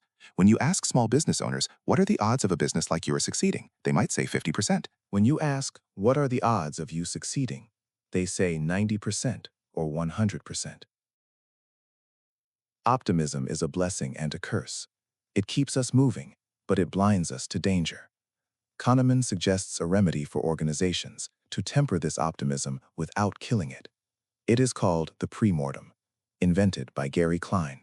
Before you finalize a major decision, gather your team. Say this: imagine we are 1 year in the future. We implemented the plan as it exists now. The outcome was a disaster. Please take 5 to 10 minutes to write a brief history of that disaster.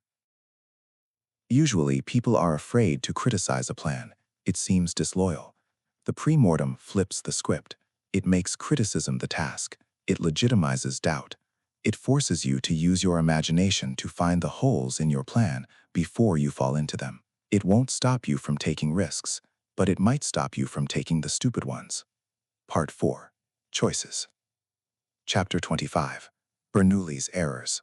We now enter the arena of economics. For centuries, economists viewed humans as econs, rational agents who make decisions based on logic and maximum gain. The father of this view was the Swiss mathematician Daniel Bernoulli.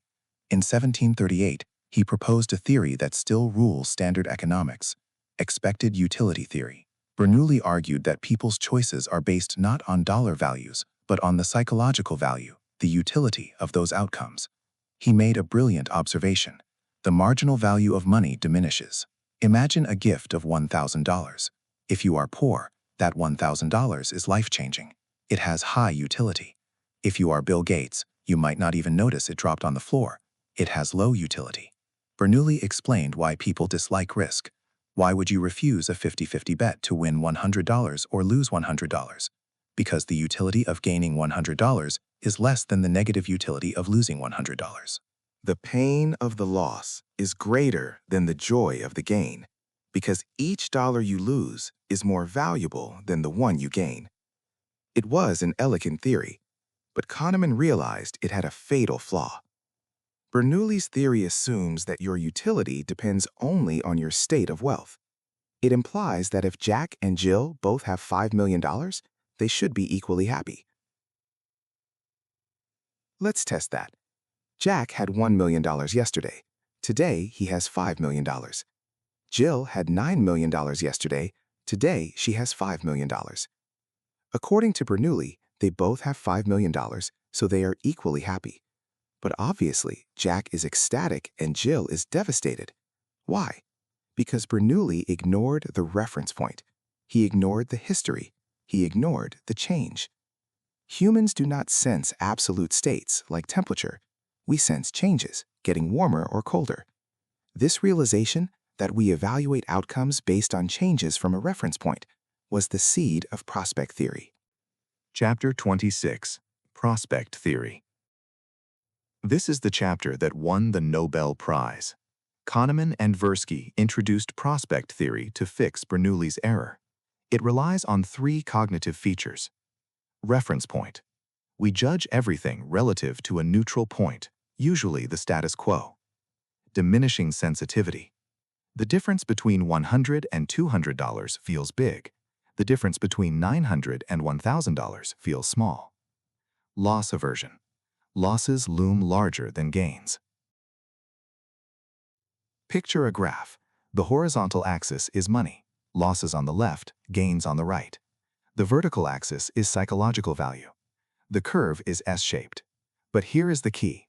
The curve for losses is steeper than the curve for gains. The pain of losing $100 is roughly twice as intense as the pleasure of gaining $100. This loss aversion ratio is typically between 1.5 and 2.5. Evolutionarily, this makes sense. Organisms that treated threats as more urgent than opportunities were more likely to survive and reproduce. The rabbit running for its life runs faster than the fox running for its dinner.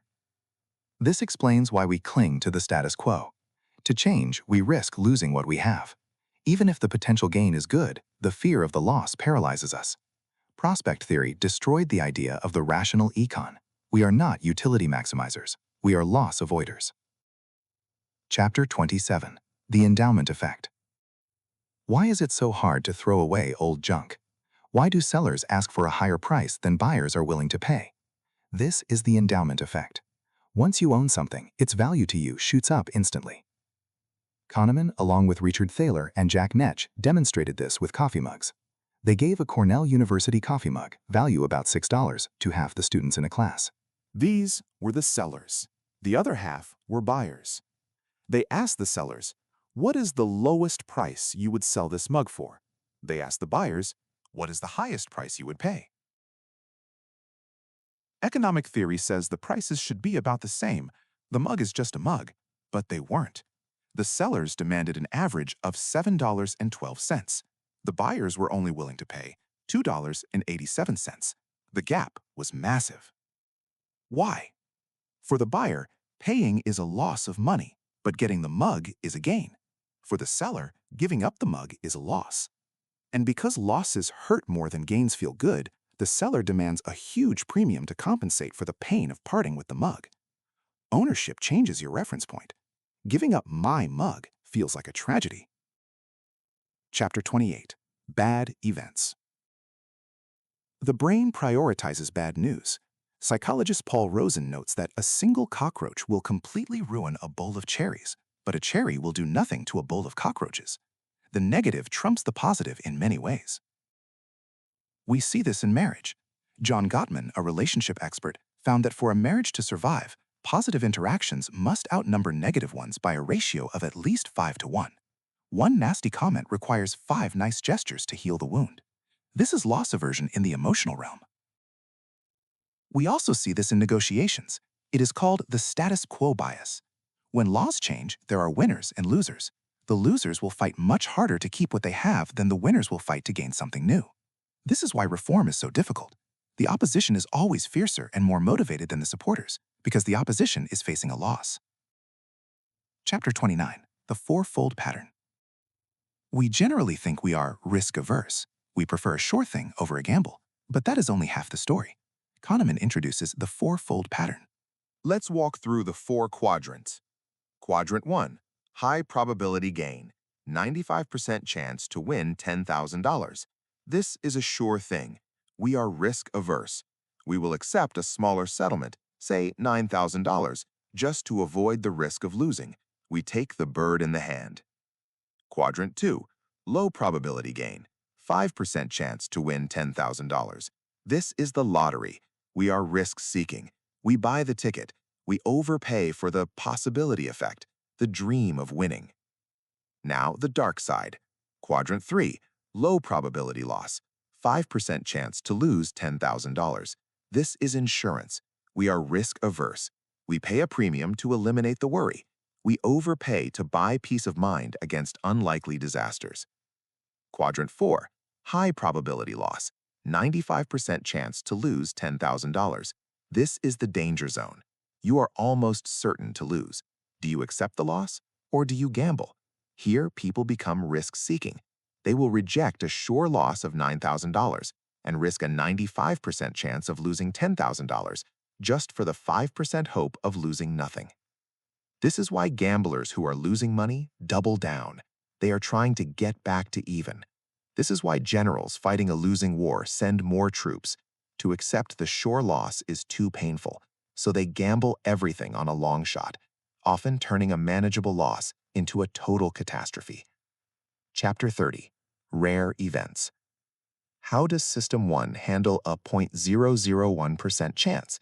It doesn't. System 1 struggles with small numbers. It tends to either ignore them completely or overweight them massively.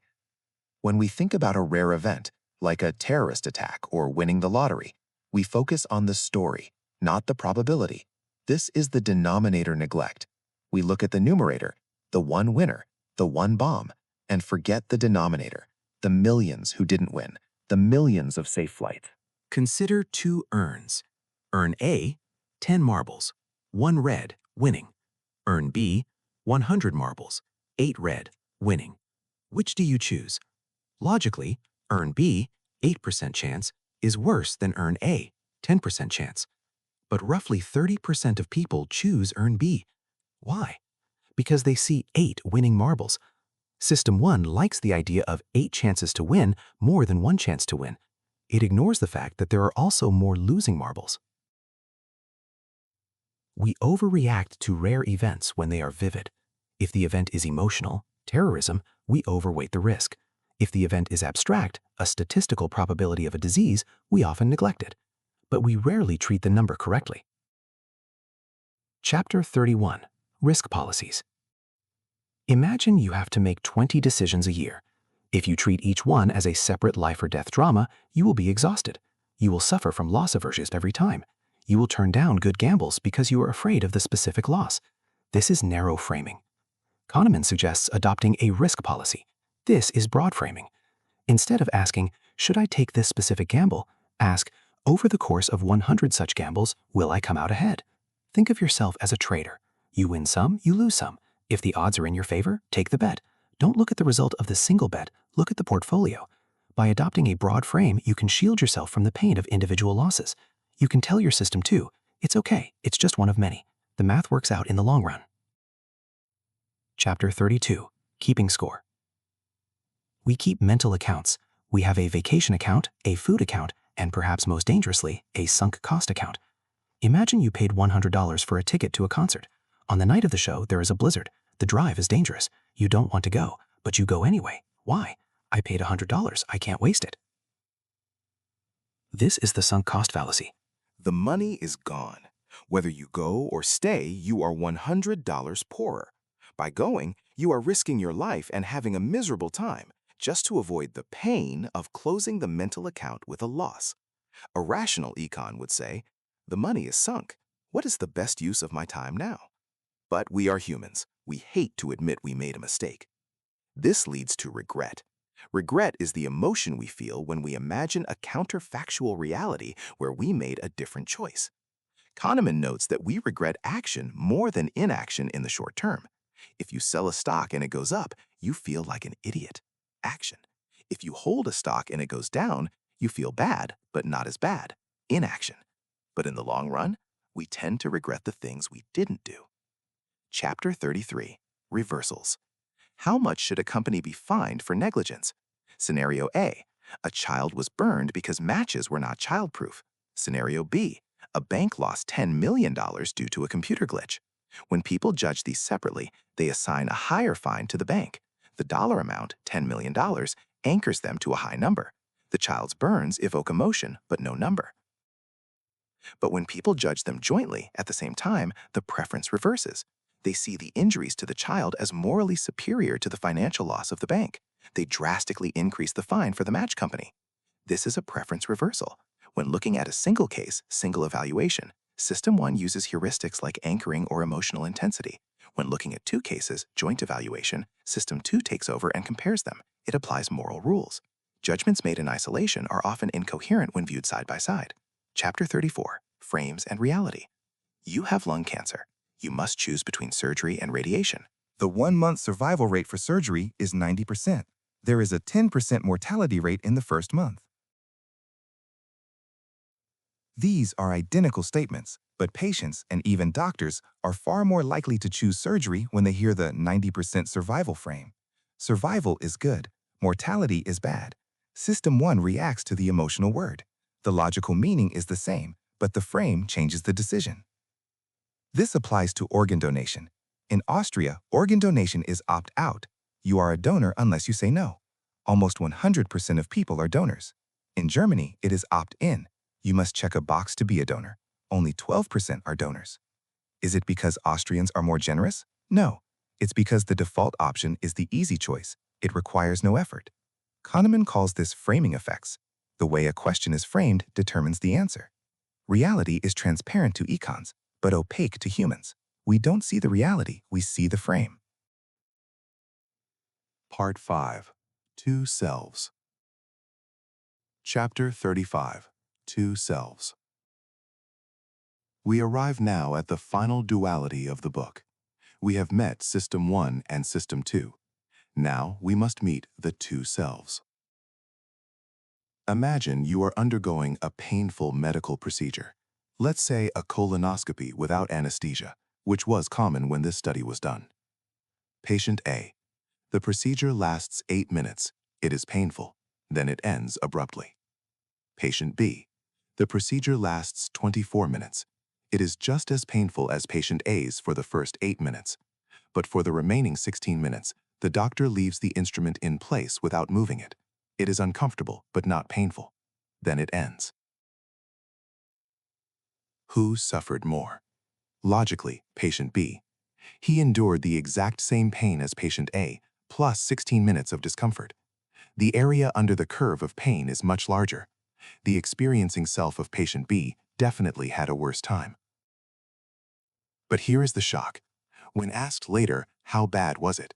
Patient A rated the experience as much worse than patient B. Why? Because of the remembering self. The remembering self does not care about duration. It ignores time. It follows the peak end rule. The memory of an experience is determined by the average of two moments. The peak, the most intense moment of pain or pleasure. The end, how the experience finished. Patient A had a bad peak and a bad end, painful stop. Patient B had a bad peak, but a gentle end, just discomfort. The average for patient B was lower, so patient B remembers the event as not so bad, even though he suffered longer. This leads to duration neglect. We hardly care how long a pleasant or unpleasant experience lasts. We only care about the highlights and the ending. Kahneman calls the remembering self a tyrant. It makes the decisions. Patient B is more likely to return for a checkup because his memory is kinder, even though his experience was worse. Chapter 36. Life as a Story. A man was listening to a glorious symphony on a vinyl record. It was absolute perfection. But at the very end, there was a scratch on the disc, a terrible screeching noise. The man said, "It ruined the whole experience." Kahneman argues, no, it didn't. The experience was already over. He had 20 minutes of musical bliss. The screech didn't delete that joy, but it ruined the memory of the experience. We treat our lives as stories. A story is defined by its ending. A bad ending ruins the narrative. Consider a vacation. Would you pay $5,000 for a trip to the Bahamas if, upon your return, you had to drink a potion that wiped all memory of the trip and destroyed all your photos?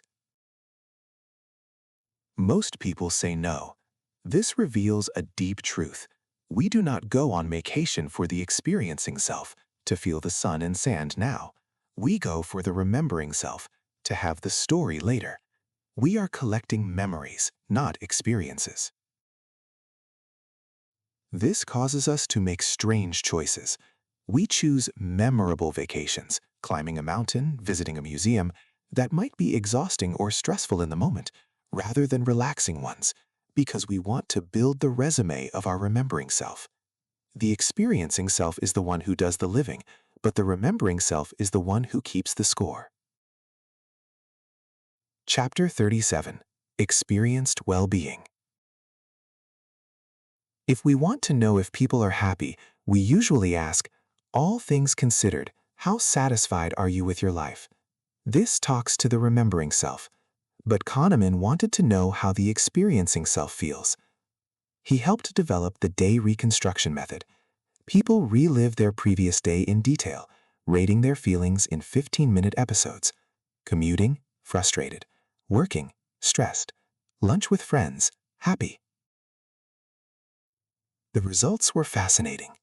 What about the U index, unpleasantness index? It is the percentage of time an individual spends in an unpleasant state. What makes us miserable? Commuting, working, and housework. What makes us happy? Socializing, making love, and leisure. Interestingly, spending time with children is often rated lower than we expect. It's meaningful, but often stressful. What about money? Does money buy happiness? The answer is complex. High income improves life satisfaction. The remembering self looks at the bank account and says, I am successful. But income has a saturation point for experienced well-being. In the US, in 2010 dollars, that point was around $75,000. Below that, lack of money causes emotional pain. You worry about rent, food, and health. Above that, more money does not buy more daily happiness. A billionaire doesn't laugh more than a person making $80,000. They might actually be more stressed. Money buys a better story. It doesn't necessarily buy a better Tuesday. Chapter 38. Thinking about life. Are people who live in California happier than people who live in the Midwest? You probably think, yes. You imagine the sunshine, the beach, the wine. The answer is no. Studies show that Californians and Midwesterners have the exact same level of life satisfaction. So why did you think Californians were happier? Because of the focusing illusion. When you think about living in California, you focus on the difference, the climate. You ignore the similarities. Everyone still has to work, do laundry, sit in traffic. The focusing illusion states, nothing in life is as important as you think it is while you are thinking about it.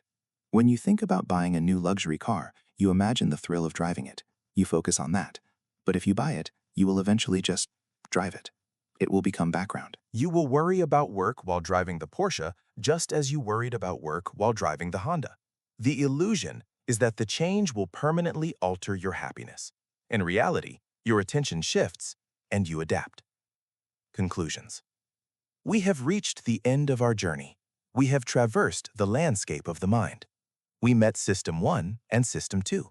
We learned that we are not the rational econs of economic theory, but fallible humans prone to bias. We learned that our remembering self often tyrannizes our experiencing self, making us choose painful endings for the sake of a good story. So what is the solution? Kahneman is realistic. He admits that even after decades of research, his own System 1 still makes the same mistakes. He's still overconfident.